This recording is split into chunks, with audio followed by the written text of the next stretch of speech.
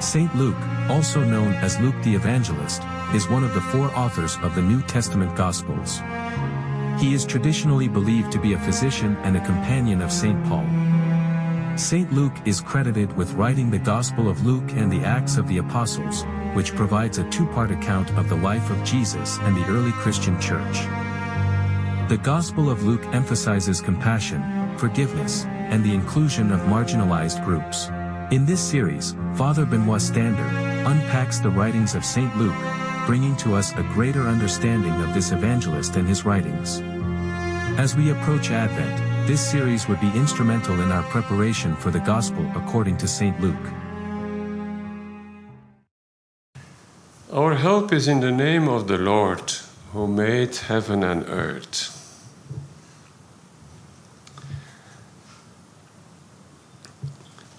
Dear friends, we are still inside this large section that Luke has introduced in the narrative of Mark. As you may remember, twice he did that. He cut open the film of Mark and introduced one or two chapters, for instance, chapters 6 and 7 of his Gospel, are introduced until chapter 8, the beginning verses, just before the speech of Jesus in parables in Mark chapter 4. But the longer introduction is 7 chapters, from 10 to 16, with a little introduction and a little conclusion, the end of chapter 9 and the beginning of chapter 17. That is his great introduction. Okay. Now we have seen the middle, chapter 13, and we have seen the first part, chapter 10, 11. We didn't say a word on chapter 12, but it's also 5 little units that are well balanced. You can make that kind of analysis. But this afternoon, I would like to comment with you the chapters 14 and 15. Just being attentive to whom Jesus is speaking and in what kind of form he is bringing that. These are the two very first questions we may always ask when we read the Gospel of Luke, because he looks for balance, for antithesis, for parallelism in several modes. Now, 14 and 15 are one section in his Gospel, inside the lower section from 10 to 16. These two are together just like 10, 11 are together. That means in 3 parts. A first part addressed to a well-qualified public, a second part addressed to another type of public, and the last part addressed again to the same public as the first part. Who is more or less missing in this section are the disciples. That is surprising and also interesting. We have 3 parts. We may be sure more or less a priori that what is in the middle is the most important thing. It is short, but it is very intense. You will hear it 3 times. He will say, "He cannot be my disciple. He cannot be my disciple. He cannot be my disciple." In no other gospel he speaks so formally. In this section, he wants to give the essential conditions. If you don't respect this condition, this third condition, you cannot be my disciple. That is in the center. What is in the beginning? The opening, the first verses of chapter 14 is that we find Jesus at home by a Pharisee. We will see that he shares the table of the Pharisees more than once, at least 3 times in his gospel, in the Gospel of Luke. But it may be surprising. You have a feeling of a kind relationship. We have already seen in chapter 13, just some verses earlier, that Pharisees advise Jesus to leave the country because Herod is dangerous and could kill him. And Jesus gave an answer. But anyhow, these Pharisees are somehow ambiguous in their relationship to Jesus. Maybe kind and maybe opposition. In the vision of Luke, the group of disciples and the group of the Pharisees are 2 possibilities of the community. They are not just an antithesis in the life of Jesus, they are 2 ways. Be careful, be a true disciple and not a false one, and be a critical Pharisee, otherwise you will become a member of the opposition. Also for Luke, and surely for Mark and Matthew, the Pharisees are no more in Jerusalem active in the process of Jesus. Let us not forget that. Anyhow, the first part is 24 verses, from 1 to 24, with 3 episodes. And each time Jesus is telling a story. The first one, a second one, short and more or less parallel, and a third one who is longer and decisive. So what do we have is 1, 2, 3, but 2 similar, and 1 at the end who is the larger one. When we go to chapter 15, we have more or less the same configuration, but Jesus is at home. He's eating. He's at a table together with sinners and tax collectors. And the Pharisees are on the street and they comment and they criticize the behavior of Jesus. His behavior is scandalous. Sitting and receiving at his table people that you should avoid. The pure, the just are not able and are not stimulated to frequent people that are not respecting the rules. And Jesus has the vision of just the contrary. He will answer to them on the front door. He comes out and he speaks with them. And he tells 3 parables, 2 short and 1 long.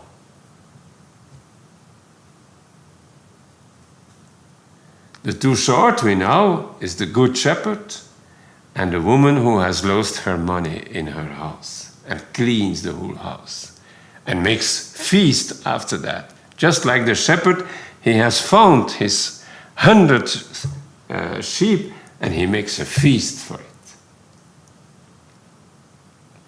Twice. 1, 2, 3. 2 little, 1 big. And the big one, as we know, is the big one, as we know, is the son. The lost son and the other son. And the feast that the father organized, and the one who refused to enter in the feast, and that becomes a mirror for the Pharisees. They don't want to come and to enter and to sit at the table. The story stops. The father is speaking to the older son who is not entered in the house. And Jesus is speaking to the Pharisee who is not entered in the house. And we don't know what the story finally will be. We will step over to chapter 16, and again we will have 2 milieus, and there the disciples will appear again in the beginning of chapter 16. And the opposition will come again in the second half of chapter 16, again with 2 parables that both started with the same initiation. There was once a rich man who, and the story continues a first time, and who, and the story continues a second time with Lazarus and company. You see the parallelism. Jesus invited by Pharisees and controlled by them. Jesus at home is in household and also controlled and criticized by them. But in the middle, the crowds. And the crowds are a very large group, not Pharisees, not disciples, not analytical, and the invitation is for everybody.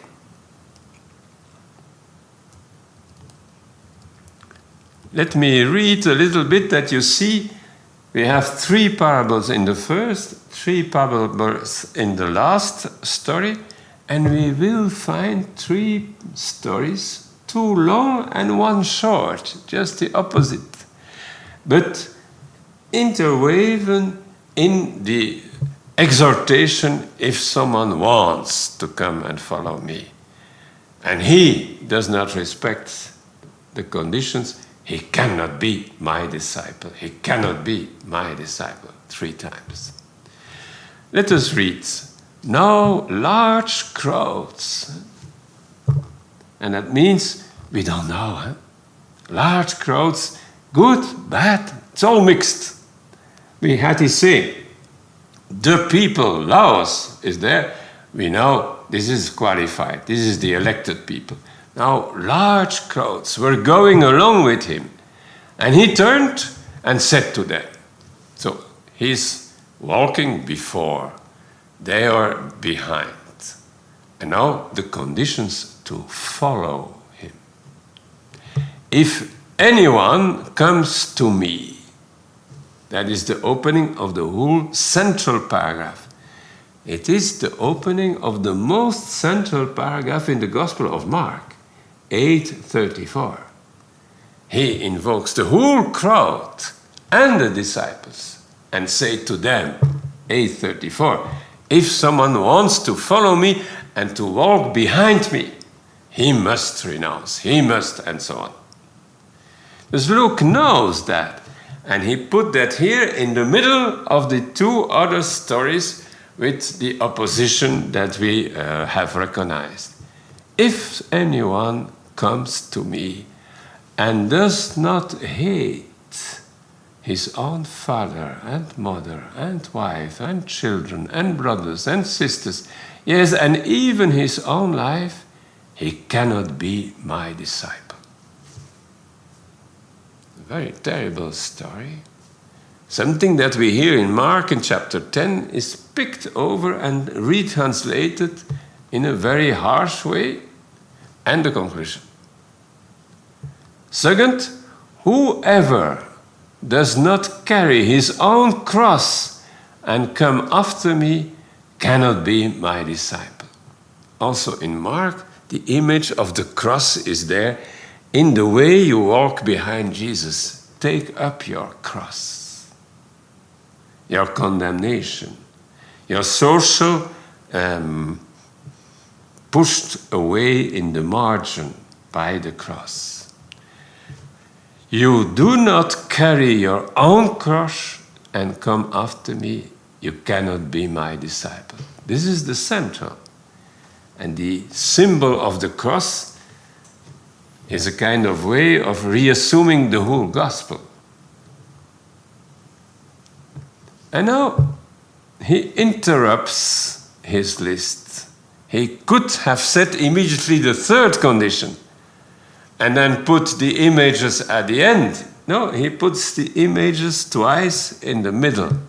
You see, the way he creates a unity is by introducing the stories inside the conditions to follow.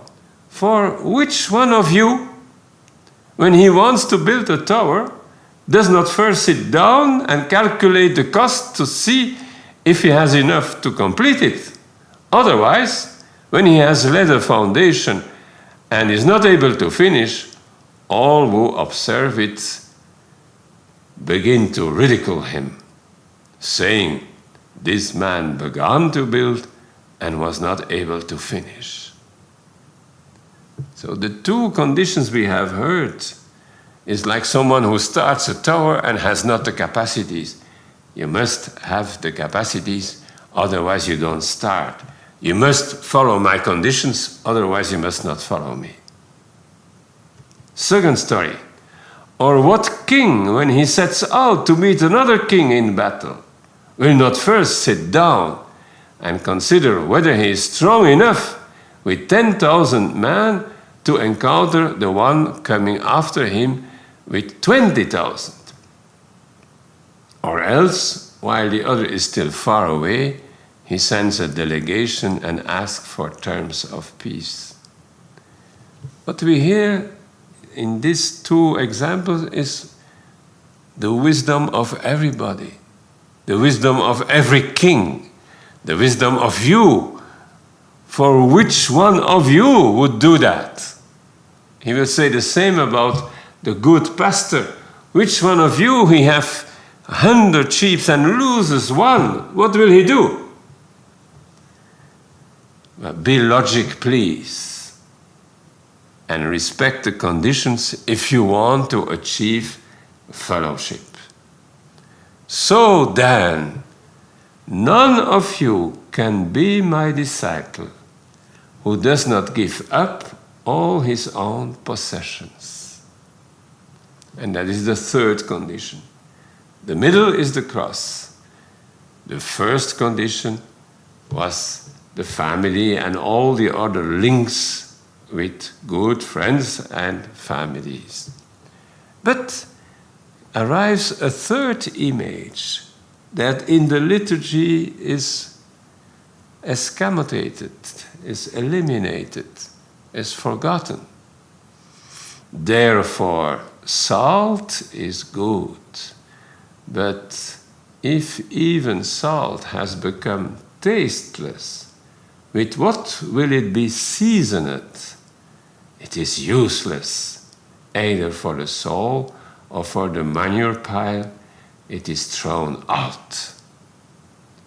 And here he finishes, like he finishes in the parable speech, "He who has ears to hear, let him hear." And that's for everybody. Everybody is concerned.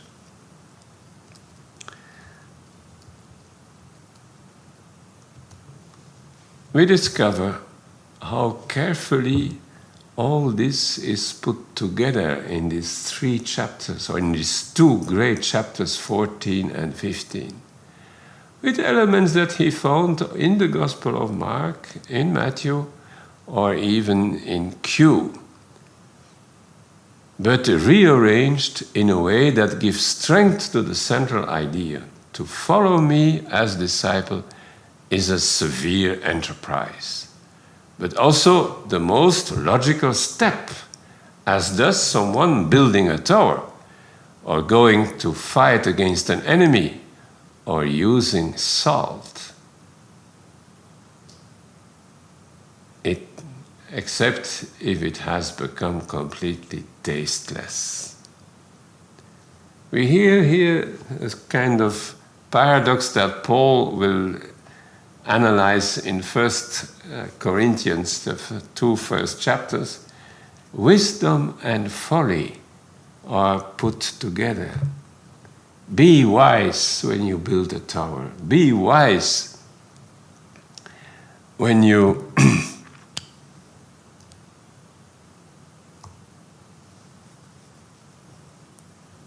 fight against a king who is too heavy for yourself. And try to arrange things in harmony. Be wise, following me, respecting the conditions that I give you. Dear friends, if we want to grasp the way of composing longer sections in Luke, we should always first carefully analyze to whom Jesus is speaking. That's the first element. And then, what kind of genre is Jesus using? Is it a parable as such? Is it a complete story? Is it an anecdote? A newspaper news? A comparison? We remember in chapter 13, in the middle, what will be the comparison for the kingdom of God? Twice he put the question. And then he put someone in his field, and then someone as a woman in the kitchen, working with a bit of ferment so that the whole 120 liters are involved in a process of maturation. And only at the end we must ask the thematic, the real argument. Impressive here is that he put in the middle these severe conditions, 3 times formulated, and each time concluded by, "He cannot be my disciple." Let us try to follow him and to remember the conditions and to meet him then at the tables of the Pharisees or at his own table, even at the table of Martha and Mary, where we don't hear exactly what they have been eating, surprisingly. Maybe the real food was that necessary one food that Mary had received in conversation with Jesus. Let us give thanks. Our help is in the name of the Lord who made heaven and earth.